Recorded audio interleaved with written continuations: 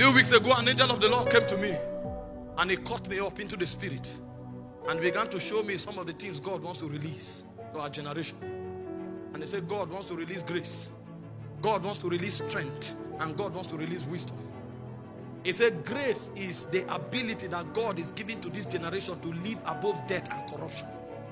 So we will be armed on the left and on the right to counter everything the devil is doing. So the heads of many will be exalted like the horn of the unicorn. The heads of many. If that doesn't come upon you, your life will be a struggle. You don't do what you do because you are smart. You do what you do because by divine politics you were ordained. And when that grace comes upon your head, whether the devil likes it or not, you are exalted like the horn of the unicorn. He said this is one of the spiritual commodities that is given to this generation, and many have been numbered. So the reason you begin to sense hunger to pray is not because you love prayer. There is a wisdom from the mountains of Zion that is sucking you to the place where you will interact with grace. Because that which God has to offer is on the mountain. So blow the trumpet in Zion. Sound an alarm upon his holy mountain. So when that hunger comes to fast, you are hearing the sound of a trumpet. The angels that are part of your calling and were commissioned with you from Zion, they are beginning to suck your reality. So your spirit man begins to tell your natural man, come brother, there is a key on the mountain waiting. There is a key. It's a summon to deep places, because only them who travel to the deep can see the wonders of God.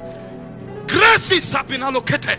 So angels, creatures of heaven, are wooing men to the presence. Wooing men, sucking them into prayer. It looks as if they are useless. Many are distracted with the pursuit of life.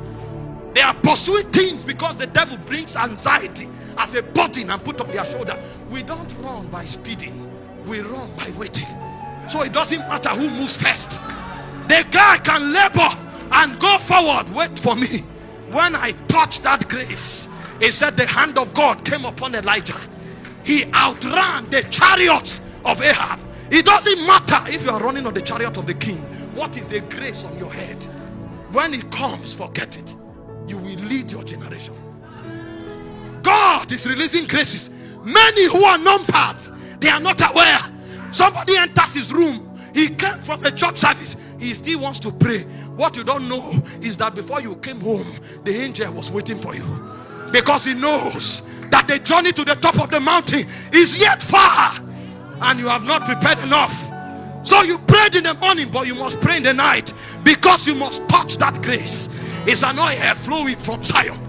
How many would that oil rest on their head? Kamash, Fedakarias, Gadagasigis, Mantekabaki Robarask, Mandaria Padesa the Gavis, Mekorina Hadak.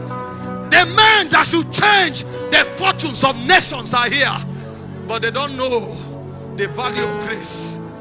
They don't know the things that were captured into the season.